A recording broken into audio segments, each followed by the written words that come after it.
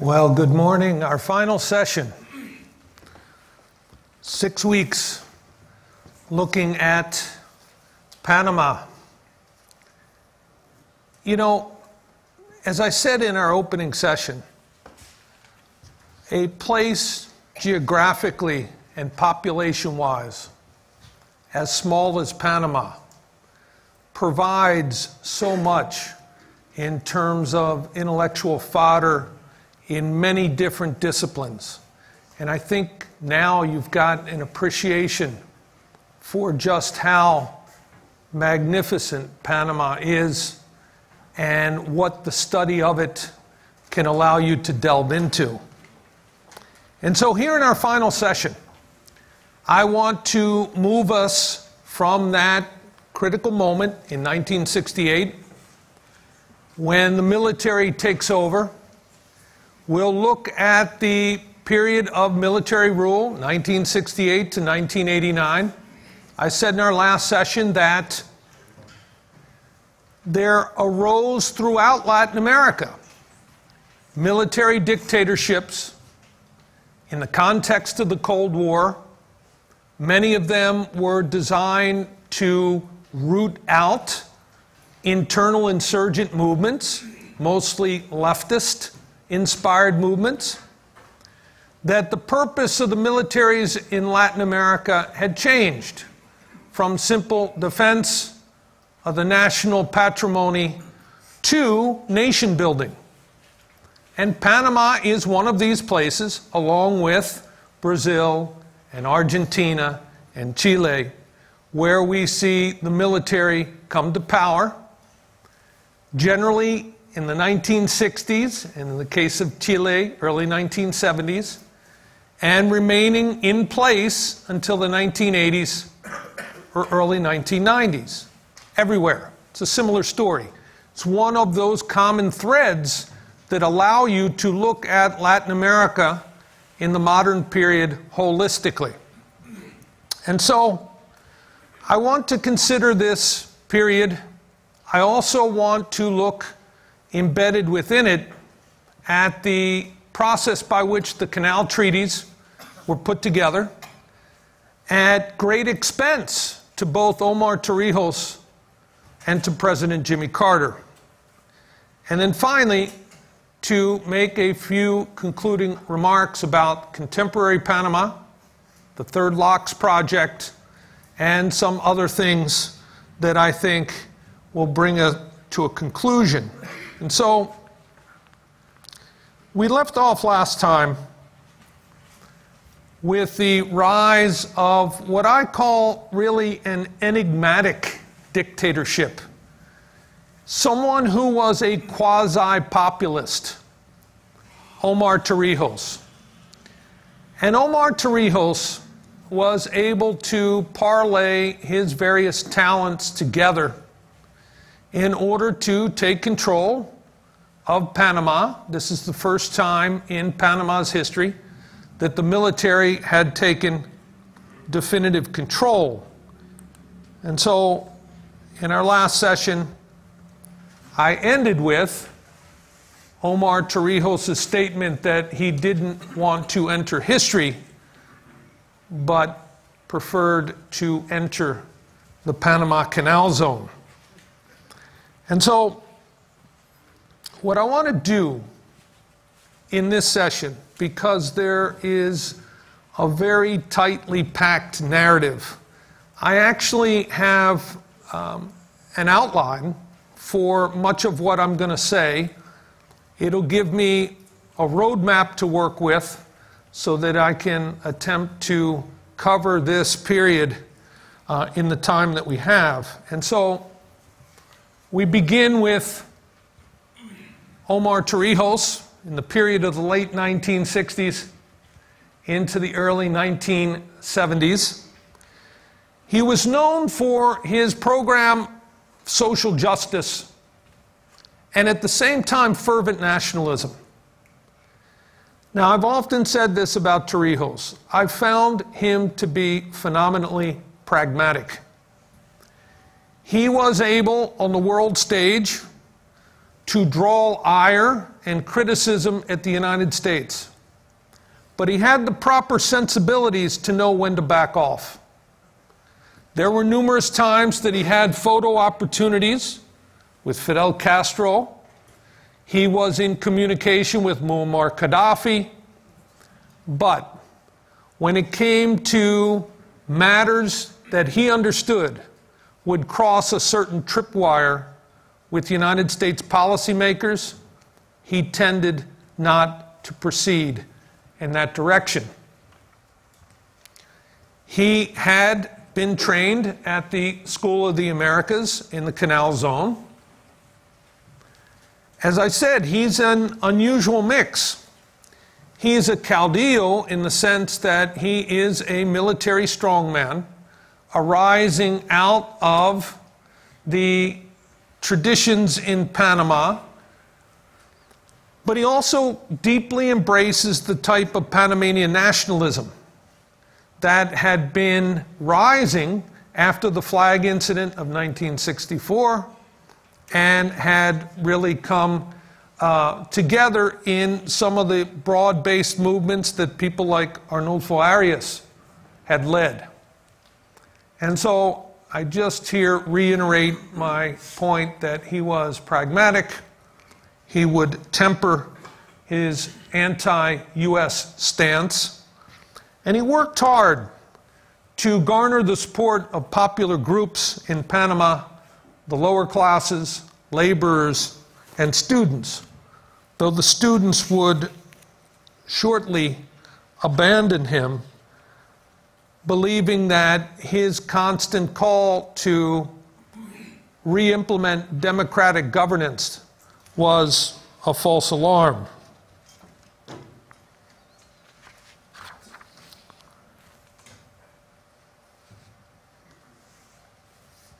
What I want to take a look at are some of the specifics of Torrijos' program. There is what's known as the pan o palo. It's sort of the punishment, reward and punishment, bread or stick. And we see Torrijos undertake the promotion of a leftist populist agenda. Panama's expenditures for social programs exploded during this period. And I wanted to give you an idea of what some of these expenditures look like. Social programs grew by over 700%, resulting in some impressive results. Infant mortality dropped by 40%. The number of public schools increased by 50%. Literacy, already amongst the highest in Central America, increased by 20%. And Social Security was expanded to cover 60% of the population, compared to just 12% before his rule. His goal was to set Panama on a new direction. In his first 4 years, he ruled by fiat.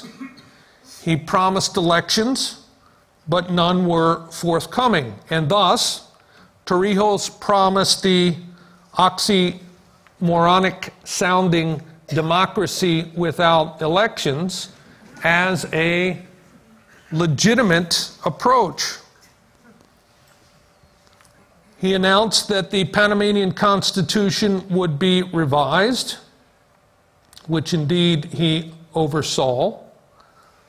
And as a result of this reorganization, political power in Panama heightened the prominence of rural areas. Rural areas now would receive a disproportionately large amount of long overdue public works, health clinics, hospitals, infrastructure.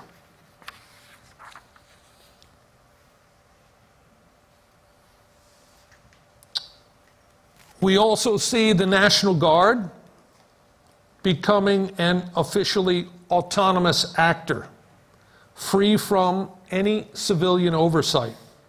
And this, of course, well suited Omar Torrijos, since the new Constitution additionally gave him 6 more years of dictatorial rule under his new title, the maximum leader of the Panamanian Revolution. It gave him the wherewithal to undertake revolutionary changes. Just for good measure, the new Constitution also empowered the government to protect the purity of the Spanish language, which was one of many of the jabs that the Torrijos regime would make at the United States presence in Panama. He also begins to overhaul the labor codes and the unions, tying them directly to his government, creating a corporatist approach. So he co-opts labor by making union membership mandatory and by creating a workers' bank to provide low-cost, income-adjusted loans.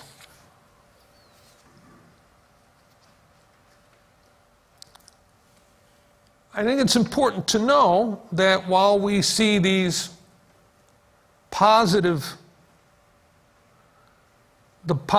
data based on the amount of schools and hospitals and funding for the rural areas, Torrijos certainly was not without fault or ambition or insecurity. He had a down-to-earth demeanor, but at the same time, his government was rife with nepotism. It was rampant during his rule. By one count, I saw that over 40 members of his extended family served in high government positions or operated a range of businesses under government protection, ranging from gambling to prostitution. His own brother was infamous for drug trafficking. Foreign investment was lured in Panama by the offer of tax incentives and provisions for the unlimited repatriation of capital. In particular, international banking was encouraged to locate in Panama through a 1970 law creating offshore banking. Funds borrowed abroad could be loaned to foreign borrowers without being taxed by Panama. Laws were passed that liberalized banking regulations to include things such as tax exemptions, numbered accounts, and the elimination of reserve minimums, making Panama an extremely attractive financial center. And indeed, it became, and is still referenced, as the Switzerland of Latin American banking. But with this, money, both licit and illicit, flowed in and out of Panama's banks at a prodigious rate under complete secrecy.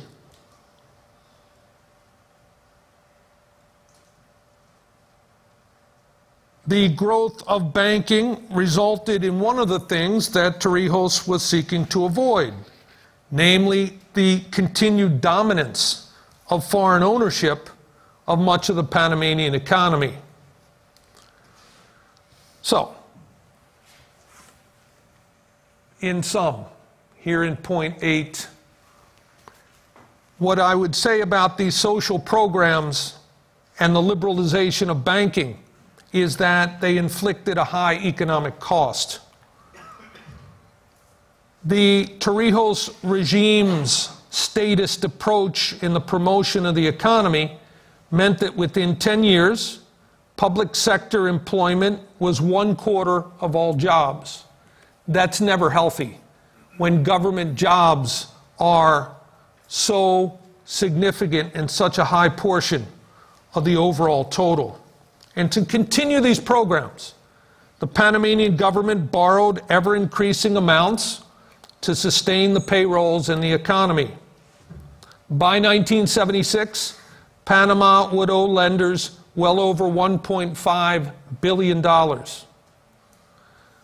or almost $1,000 per capita in a country where the GDP per capita was only 1,108. So, a precarious situation, certainly, from an economic standpoint. There are numerous photos that I came across where we see Omar Torrijos with Fidel Castro and with a whole series of others. And I've often felt that Torrijos' meetings with them were really carefully orchestrated. They were designed to elicit a specific response from the United States. And they truly were, in his mind, not much more than photo ops.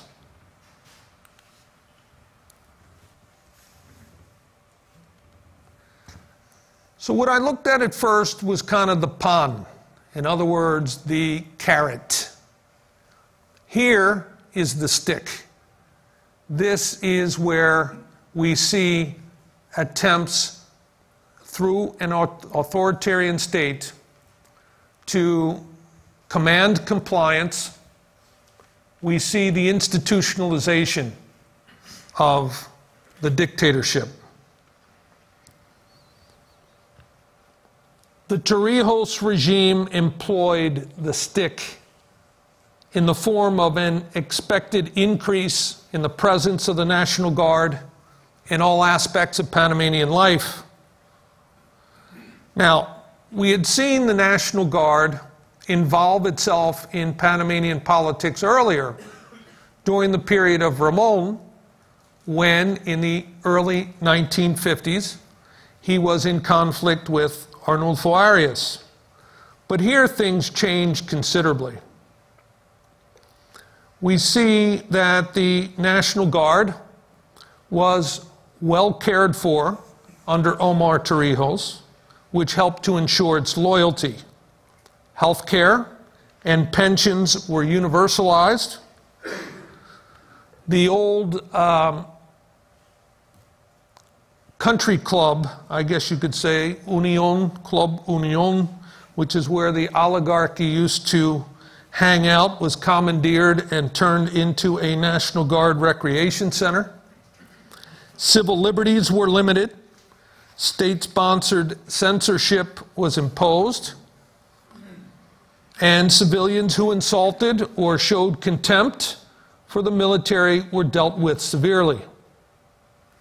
To enhance the regime's surveillance capabilities, Torrijos appointed Manuel Noriega as the chief of something known as G2. This was Panama's military intelligence agency. And Torrijos, throughout this period, freely referred to Noriega as my gangster because of the latter's willingness to use violence and because of his ties to illicit financial activities. But the reach and influence of the G2 became so great that some Panamanian politicians considered it the functional power that actually ran the country. The fear imposed by the Torrijos regime, I think, was different than that in other parts of Latin America. We don't see the widespread disappearance of people as occurred in Argentina and Chile. In Panama, violence was more carefully honed, as I said last week, seeking to impose maximum fear with minimum collateral damage. And so, as I referenced last time, 1971, Father Hector Gallego, a Colombian priest working in Panama, was arrested for his political awareness activities in the parish, and under Noriega's supervision, he was thrown in the ocean from a helicopter by members of the G2. And so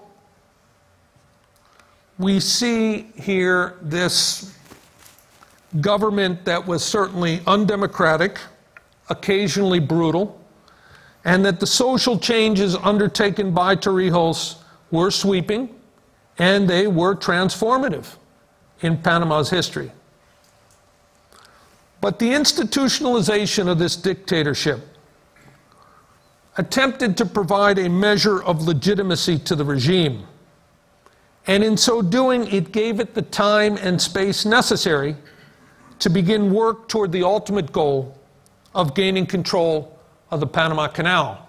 And so it would be under Omar Torrijos that these negotiations for a Panama Canal Treaty would finally be realized. And so I want to take a look at the canal treaties, and I'm sure many of you can vividly remember the great debates here in the States over those canal treaties. It was a tense affair, to say the least, in the United States Senate, the battle over ratification of the treaties. We have to remember it's a two-stage process. One thing is to hammer out through negotiation what the treaties say, and then the second is to actually get those treaties ratified, both in the United States and in Panama.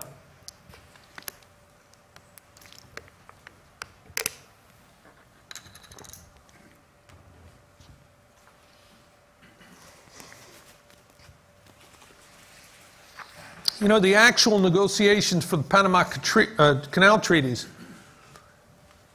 really began right after the flag incident of 1964. They come into fruition in 1967.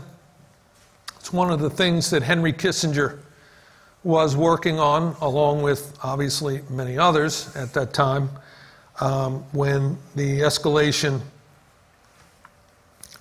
in Vietnam, actually it even predated Henry Kissinger, though what comes from the 67 agreements is the Kissinger-TAC understanding. But,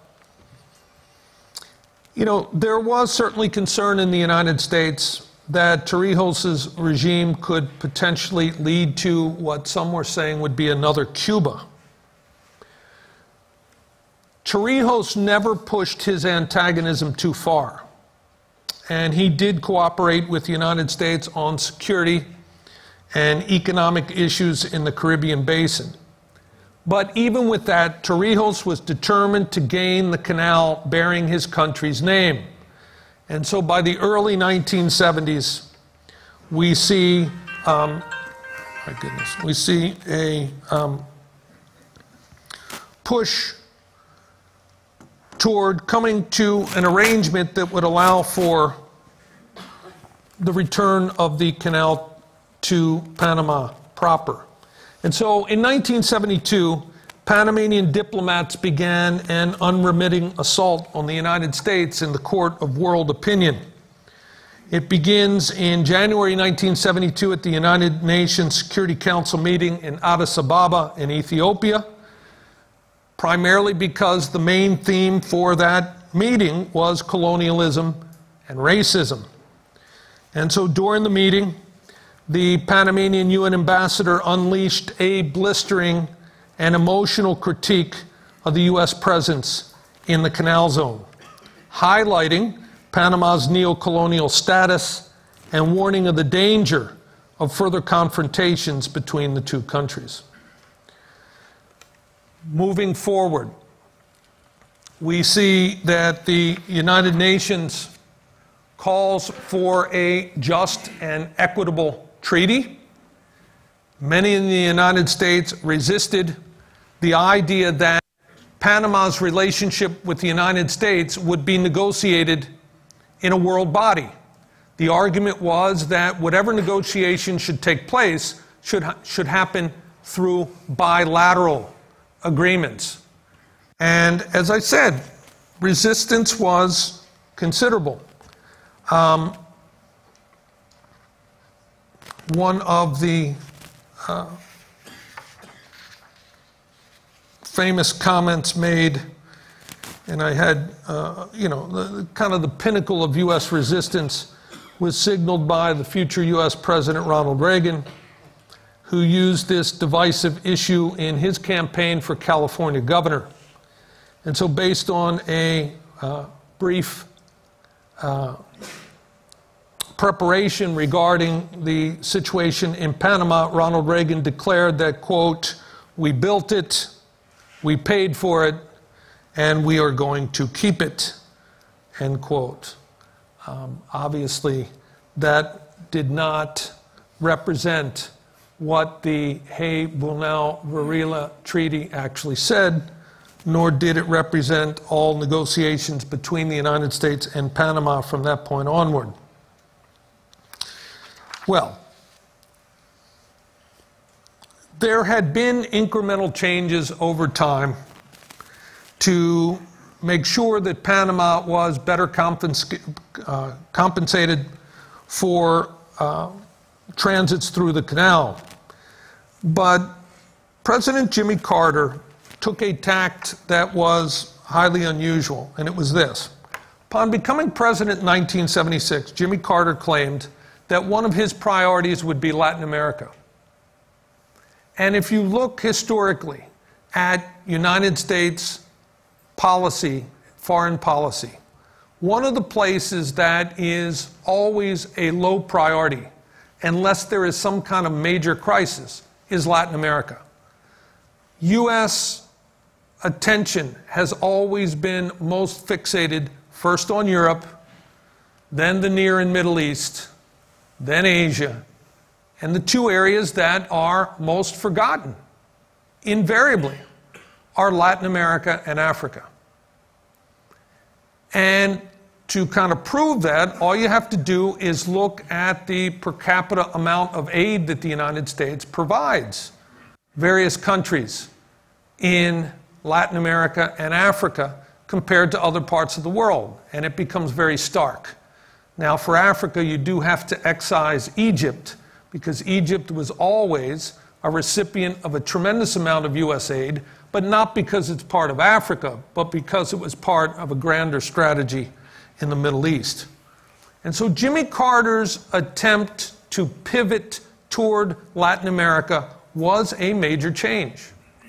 One of the other things that Jimmy Carter attempted to do was to infuse his administration's foreign policy with the issue of humanitarian concerns and what is morally right.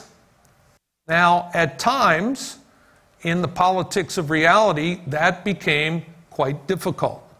There were those in his administration who were called upon to decide which countries were perpetrating human rights abuses, to what level, what type of sanctions should be imposed, and it became very complicated because to come up with a rubric that actually assesses all of that on a comparative basis is next to impossible. But Jimmy Carter was determined to negotiate and to bring to a conclusion this question over the return of the Panama Canal Zone and the Panama Canal to Panama. And so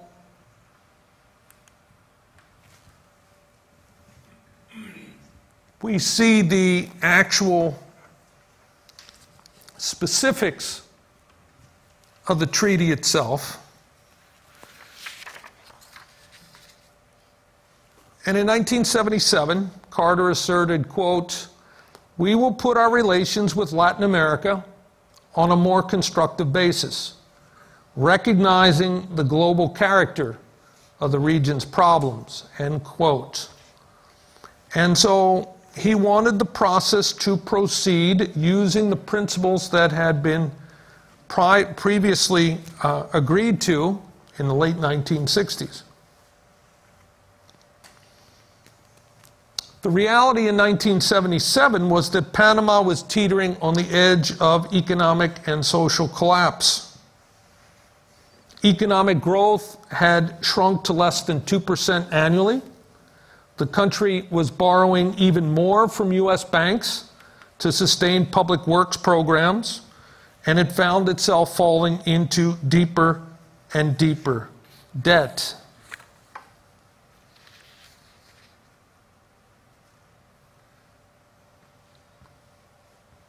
The negotiations represented, in essence, a two-step process. They began in earnest in 1977. The one persistent obstacle was Panama's objection to the United States' demand to leave a provision that would allow the U.S. to ensure the canal's neutrality for the indefinite future.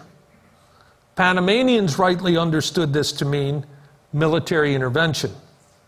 And so it made it a very hard sell for Panama's population, which had in their minds all of the previous U.S. interventions going back to 1903. Meanwhile, in the U.S. Congress, there were concerns about the fact that Omar Torrijos was a military strongman. There were concerns about whether there would be a fair vote in Panama over any treaty that would be put forward. But the treaties were finally signed by President Carter and General Torrijos on September 7th, 1977, in front of representatives of 26 other Western Hemisphere states. The two new Panama Canal treaties ended the original 1903 treaty, as well as all subsequent agreements regarding the canal. The first treaty, which was to expire at noon on December 31st, 1999, implemented a number of important changes. A new organization, the Panama Canal Commission, with 5 American and 4 Panamanian members, was to create and run the canal during this treaty period. The position of its commissioner would go to a Panamanian in 1990. Concretely, the treaty called for the number of skilled Panamanians working on the canal to be steadily increased via U.S. funding for the training of these employees. The second treaty, a much shorter document, described the permanent neutrality of the Panama Canal and both countries' right to defend it. The treaty specifically guaranteed that both the United States and Panamanian ships would have expeditious transit in times of war. But since this treaty had no expiration date, and since Panama's navy was infinitesimally small and weaker than the United States Navy, the language was basically a tacit recognition of U.S. inferred, if not potential, sovereignty over the canal. And so that second portion would be the one hotly debated. So the signing of the treaty was the first step. The true test was getting it through the United States Senate. And what occurred was a 3-month-long debate in the Senate. It was boisterous, it was contentious, and it was one of the longest in the history of the Senate. The discontent focused mainly on the neutrality treaty, and it pitted the conservatives within the Senate against Jimmy Carter and those who supported the Canal Treaty. President Carter used a very personal touch, along with cajoling and, where necessary, political arm twisting, to try to convince many individual senators to support the treaties. His staff gave close to 1,000 information sessions to try to sway influential citizens towards support of the treaty. But there remained questions regarding Torrijos' and Noriega's illicit activities, as well as human rights abuses. Carter worked up to the last minute during the final hours of the Senate debate, furiously manning the phones to try to shore up support from those in Congress who were fence-sitting.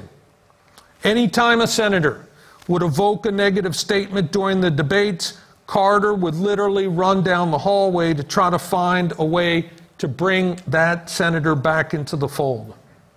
Less than a day before the Senate was to vote, the entire process almost ground to a halt when Senator Dennis DeConcini of Arizona demanded an addition to the neutrality treaty in order to get his and 4 other senators' votes. This condition, the DeConcini condition, inserted a diplomatic understanding that stipulated if the canal were ever threatened after Panama's assumption, the United States reserved the right to intervene militarily. Well, that 11th hour attempt to add a condition almost ended the possibility for ratification. And the story goes that Omar Torrijos was listening to the Senate debates, and he had actually invited down those who were sitting on the fence, including Dennis DeConcini, to Panama. And when he heard that DeConcini had put this forward, he was so furious. He was listening to it on NPR, and he just destroyed his transistor radio. Said, how could this guy at the last minute come up with something that will make it untenable for me to get this passed? Well, for Torrijos, this canal treaty was hugely important because he had staked his reputation in Panama on it. After much wrangling and political promises, the DeConcini condition was watered down. And the result, the United States Senate ratified the treaties on April 18, 1978. Its passage occurred because 68 senators and the Joint Chiefs of Staff had come to agree with President Carter that Panama's consent and not United States force would be the best guarantee of the canal's security. In fact, the Department of State, the Department of Defense, and the Department of State had agreed that the canal could not be defended from internal threats of sabotage, which were more likely to emanate from Panama and not from an external aggressor. So it was better to get Panama aboard and not to have this discord. That, it was believed, was the greatest guarantee for the canal's security. Well, the ratification process as well went through in Panama, but I do have to say that I found out Omar Torrijos made as scarce as possible actual copies, draft copies of the Panama Canal treaties. He didn't want them openly debated. He didn't want many people knowing the details. And that was the approach that he took. And there was actually opposition in parts of Panama to the canal treaties, not because they felt that the DeConcini condition was problematic, but because they didn't want to see the United States leave. And there were elements within Panama who certainly felt that this could be a threat to their own personal interests.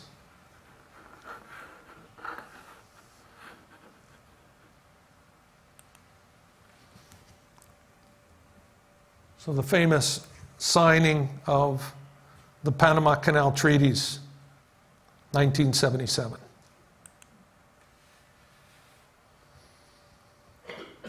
Here we see President Jimmy Carter in a visit to Panama, traveling with Omar Torrijos in 1978.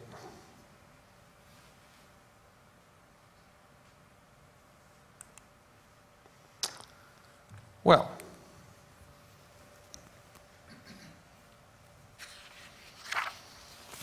it's been said that what became difficult for both President Carter and General Torrijos was actually surviving the victory. There have been those who've said that Jimmy Carter was a one-term president in large part to his support for the Panama Canal Treaties, along with the Iran hostage controversy, along with the high interest rates at the time. But certainly, the issue of Panama showed that Jimmy Carter had expended tremendous political capital to get the canal treaties ratified. Likewise, all was not well in Panama after the canal treaties either.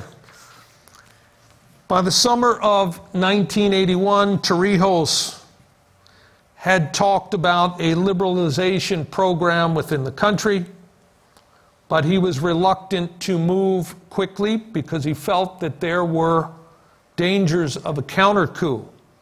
He felt that there were elements within the Panamanian National Guard who were potentially moving against him. On July 31st, 1981, Torrijos' 13 years of rule came to an unexpected end. His small plane crashed into a mountainside in western Panama. How it happened remains a mystery. There are those who assume that it may have been an assassination attempt, though on the other hand, the other premise is plausible as well, namely that Torrijos was traveling in dangerous weather, stormy weather that evening. He never had any reservations about flying in bad weather, and so exactly what happened is uncertain. But Omar Torrijos' tomb, you can see here, his death, July 1981, marks an important turning point in the rise to power of Manuel Noriega.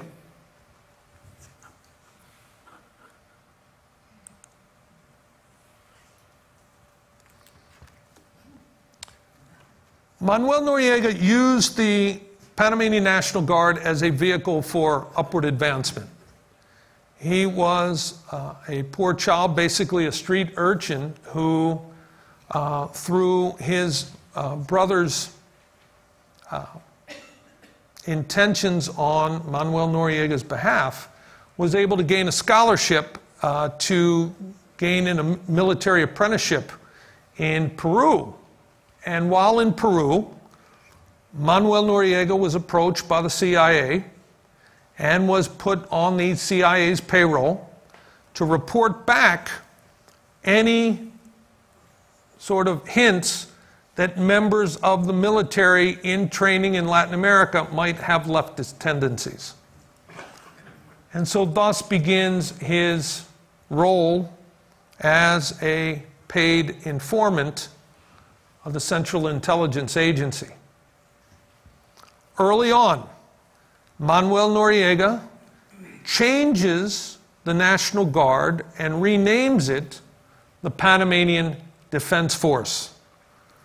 And with it, the role of the military in Panama changed as well. I mentioned that under Torrijos, we see the military playing an outlandishly large role, and here it becomes even greater. The Panamanian Defense Force, the PDF, now had the legal means to control many important sectors of civilian life: immigration, transportation, railroads, airports, all brought under military supervision. And so this is where members of the Panamanian Defense Force were able to make their fortunes. Everything in Panama during this time was for sale. And so having those ties to immigration, Panamanian residency, Panamanian citizenship was sold on a regular basis to anyone who wanted it. And so here we see really a darker undercurrent within Panama. Reaction in the United States to Noriega's power grab was mixed. Some felt that he would be easier to work with and would be more predictable than Omar Torrijos. They also felt that because of his CIA connections, that he could be more easily controlled. But Noriega had a substantially different personality than his former boss. He was not inspired by social or nationalist ideals. Instead, his main focus was on vice, corruption, and fleeting material gain. And so Noriega's early rule was greatly facilitated, I think, by the geopolitical circumstances and the changing U.S. policy in Latin America. The administration of Ronald Reagan had undertaken a campaign to weaken the Sandinistas in Nicaragua after the Nicaraguan Revolution of 1979. And for the U.S., Panama and its military became a centerpiece of U.S. policy. The hope was that Noriega would be a seemingly faithful ally in the struggle against communism in Central America. To bolster his anti-communist credentials, Noriega allowed the U.S. to set up listening posts in Panama and to train the anti-Sandinista Contras in western Panama, right near the border with Costa Rica. So, early on, there is this hope that Noriega is willing to play ball with the United States. The fact that Noriega's rise to power had been facilitated and welcomed by many sectors of the U.S. government did not stop him from coming under scrutiny. In January 1980, the U.S. Federal Bureau of Investigation opened a case looking into Noriega's illicit dealings, finding that Noriega was tied to the Medellin drug cartel in Colombia. But Noriega was shielded by the United States military from any drug prosecution in Florida. And in fact, I saw somewhere where Noriega was able to get a big payout, I don't remember, a couple $1 million at least, to provide safe haven for the Shah of Iran in 1979 when the Shah of Iran had been overthrown and Noriega was still the head of the G2 under Torrijos. And so, you know, there is this long history. By the same token, Noriega had helped facilitate weapons shipments to Nicaragua. Noriega helped Robert McFarland and John Poindexter, the United States National Security Council, help them sidestep the Boland Amendment. The Boland Amendment was a U.S. law that prohibited any type of U.S. military assistance to the Contras to overthrow Nicaragua's Sandinista government. And so under Noriega's direction, the money for what became known as the Iran-Contra affair was laundered through Panama's banks and shell companies, and the anti-Sandinista Contras received their training, as I said, in western Panama. Noriega also facilitated the CIA airlift of weapons to the Contras. And so, arranged by the United States, weapons went to secret airstrips that Noriega had established. And during the 1970s, we see Noriega as well on the side smuggling weapons to the Sandinistas. These same airstrips were later used by Noriega to facilitate a drug trafficking arrangement with the Medellin cartel, which had begun, this arrangement having been begun in the early 1980s. And so it's a remarkable double dealing that Noriega engages in after coming to power. Interesting photo here of Vice President George Herbert Walker Bush with General Manuel Noriega. George Bush, when he was the CIA director, was one of the first to give the okay and clearance for payments to Manuel Noriega to provide information to the CIA.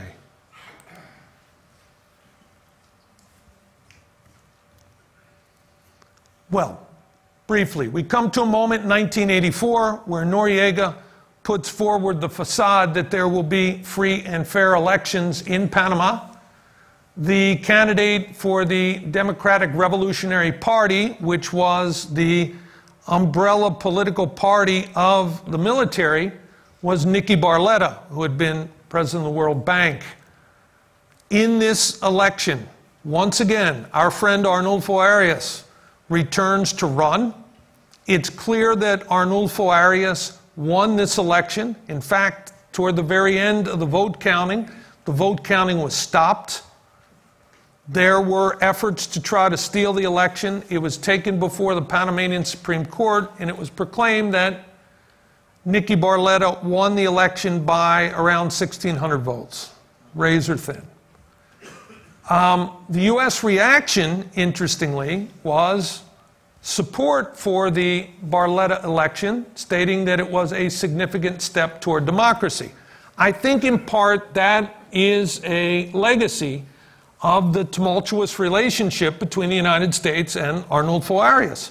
And also there was hope that Nicky Barletta, with his background in economics, he had studied at the University of Chicago under George Shultz, that he would be able to bring needed reforms to an ailing economy in Panama. The problem is, the power behind the scenes was Manuel Noriega. And so what happens is we see the gruesome murder of one of the great dissidents of the Noriega government, one of the opposition leaders, Hugo Spadafora, who was taken into custody and killed as he crossed into Panama from Costa Rica. Well, this sent shockwaves through Panama, and there were demands that this be investigated. President Barletta agreed to undertake an investigation, and immediately it became clear who called the shots in Panama, because Manuel Noriega demanded that any type of investigation be cease. And so Barletta was removed, and you have this series of what are known as the Kleenex presidents, because they were disposable. Noriega would put them in office, they would be there, they would then be forced out. And so Panama really undergoes this period of tremendous domestic upheaval. And it's during this period that we see Panama move from being viewed as an ally to the United States to being a public enemy. And it also became clear that he was double dealing. The United States NSA actually intercepted a communication between Cuba and Panama, where it was heard that Castro and others in Cuba were referring to Noriega as nuestro hombre. He's our man. And when confronted with this, Manuel Noriega demonstrated intransigence and repression. Now, a key moment is the defection of one of the high-ranking members of Noriega's Panamanian Defense Force, Colonel Roberto Diaz Herrera. He comes before the public and begins to air all the dirty laundry of Noriega's drug dealings, of Noriega's implication in the Hugo Spadafora murder. And this is when we see a cascading series of events. Roberto Diaz Herrera was forced into exile, went to Venezuela. And we see the rise of some opposition, very powerful opposition, a wide-ranging national civic crusade. There were large-scale labor strikes throughout the country. And as well, the Archbishop in Panama was one of Noriega's most vociferous critics. And so, while there is this internal opposition rising, There are calls in the United States Congress to cut all economic and military aid. And the U.S. thus begins to engage in economic warfare. And I've got a tremendous amount of information regarding just what was done and how what the dollar amounts are.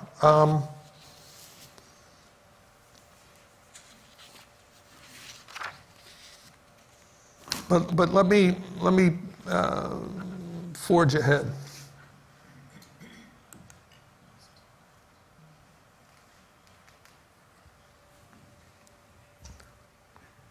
So Manuel Noriega is indicted in Florida in 1988 on drug trafficking and money laundering charges. There were attempts by both President Reagan in his final time in office, as well as at the beginnings of the Bush presidency, to encourage a coup within Panama to oust Noriega. Panamanian assets were frozen. It deepened the economic depression. But the problem was there were mixed messages from the U.S. While the White House was looking to see regime change, we still see the CIA holding on to the hope that Noriega and his course of action could be righted. The election leading up to 1989 was blatantly fraudulent. Clearly, Guillermo Endara had run in the election. Many of those protesters who supported the Endara government were beaten and arrested by Noriega's Dignity battalions. Moises Heraldi actually succeeded in temporarily capturing Noriega. And so the story goes that the United States military had blocked the entryways to the military complex where Noriega was being held. But they were waiting for final orders as to what to do. And while that was happening, Noriega actually had his paratroopers come in and liberate him and free him from captivity. The result was that Heraldi and those who were tied to the coup were all brutally tortured and murdered. I think the numbers were somewhere between 110 and 120 of those who were seen as conspirators were eliminated. And so this brings the U.S. military buildup that would result in Operation Just Cause. News of all of this, front page, Newsweek, Time magazine, Drugs, Money, and Death, the sordid story of Panama's outlaw dictator. And then you see mentions of Noriega's ties to the drug trade. So finally, Operation Just Cause. The day before the United States launched Operation Just Cause in December of 1989, Guillermo Endara, Ricardo Arias Calderon, and Guillermo Ford were invited to the Canal Zone. They were told that the invasion was about to go down, and Guillermo Endara was told that he would be made the next president of Panama. Some 24,000 U.S. troops were used in Operation Just Cause, making it the largest military operation that the United States had been engaged in since Vietnam. Clearly, there was a use of overwhelming firepower. The poor neighborhood where Noriega's headquarters was located, known as El Chorrillo, was actually burned to the ground, destroyed completely. The news reports came back. The search was on for Manuel Noriega. He had taken sanctuary in the sort of the Vatican's ambassadorial residence in Punta Paitilla, and it was learned that he was there. The building was surrounded, and then after days of tense negotiations, they turned the floodlights on, they blared loud, horrible rock music to finally drive him out. Folks thought they did it because it was psychological warfare, but actually it was said by members of the negotiating team and members of the U.S. military that music was actually used to drown out the ability of anyone to kind of eavesdrop on what was going on. So Noriega surrenders, and I want to kind of make mention here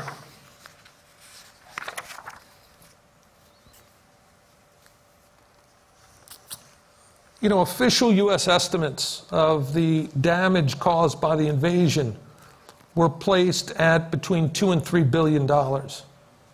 20,000 Panamanians at least lost their homes. There was post-invasion looting and vandalism, which were rampant.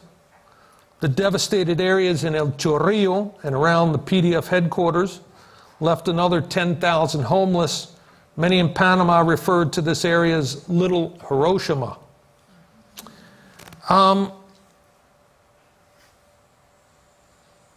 With the toppling of Noriega, the United States Congress then approved a $500 million economic reconstruction package for Panama. Nonetheless, amid the catastrophic economic damage and loss of life, CBS News poll found that 80% of Panamanians, even those who had lost their homes or relatives, approved of the invasion. And so a similar number also did not want the United States, or at least this poll claimed that they didn't want the U.S. to give up control of the canal to Panama, citing fears of Panamanian politicians using the waterway's revenues for cronyism. So amid this unprecedented destruction and death, Noriega and his dictatorship were gone, and Panama's road to recovery began. So Operation Just Cause, taking place December 20th, 1989, continuing through to the end of January 1990. Most of the operations were in and around Panama City on the Pacific side, though likewise there were operations in the central portion of the country as well as in and around Colón. A lot of iconic photos from this period, the invasion and the destruction that was caused, the destruction of Chorrillo. Most of the buildings there are wood, and so when the bombs were dropped, the fires destroyed nearly all of Chorrillo. With Operation Just Cause, U.S. forces, it says in the Washington Post, crushed Panamanian military, Noriega in hiding as the fighting continues. So, just months before the invasion, Noriega, defiant as ever, a little bit more somber after his capture at the papal nuncio. All right. I wanted to just make reference to a few other matters.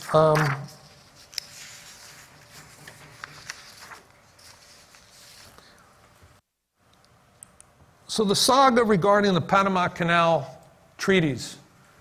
Panama indeed was, the Panama Canal was indeed returned to Panama at noon on December 31st, 1999. President Jimmy Carter there in attendance.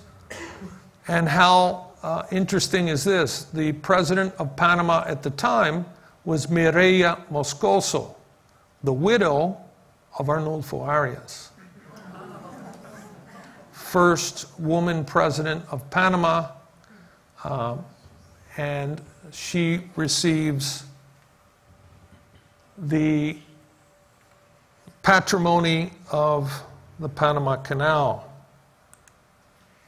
Now, from a contemporary standpoint, there had been, even during the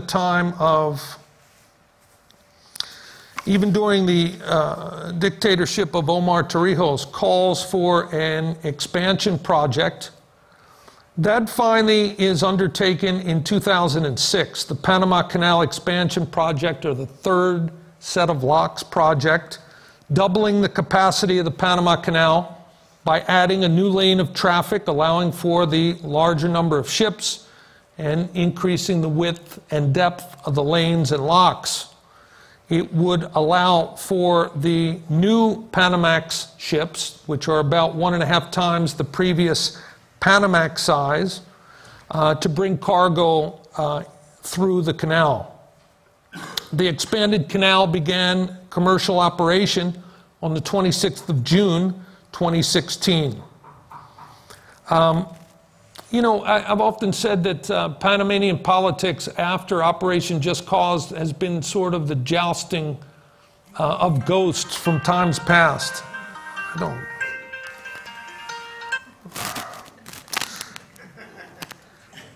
You know, it's amazing. I'm not a technology person. No one ever calls me.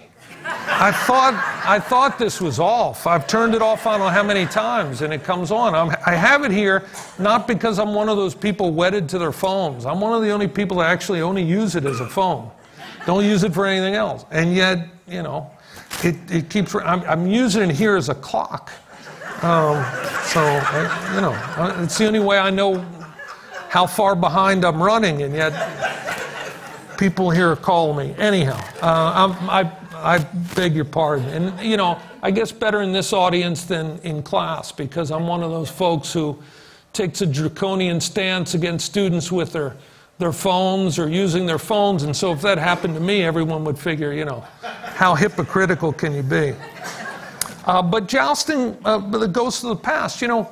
So here you have Mireya Moscoso at the turn of the 21st century, president of Panama. The widow of Arnulfo Arias. And then the person who first starts this the third locks, who puts forward the notion for the project, was Martín Torrijos, the son of Omar Torrijos, who was president of Panama when this project begins. So I wanted to make mention of that. Just some other things that came to mind. You know, I had been at the University of Panama for quite some time. I always remember looking out of my office window, and there was painted on the side of one of the bridges this entreaty, "Gringos go home, Yankee go home." And I saw it, and it was there for years, and the students had painted it there. And then with the turnover of the canal, the Chinese were given control over the two main transit cities. And in fact, I wanted to mention that Chinese firms are involved in dozens of projects in Panama. Just in June of 2017, Panama's President Juan Carlos Varela broke ground on a modern deep water port in Colón. It's being built by China Land Bridge Group, a private firm that acquired the area next to the Atlantic entrance of the newly expanded Panama Canal. There are numerous Chinese state enterprises working around, all around the outskirts of Panama City and all along the canal itself. And so what amazed me is when I went back to visit, and it's been now probably about, I've been more recently, but I guess it was 2 years ago that I noticed. I went back to campus, and I saw where it said Yankees go home, and someone had crossed out the go home and put Yankees come back. And I began to inquire, and they said, you know what?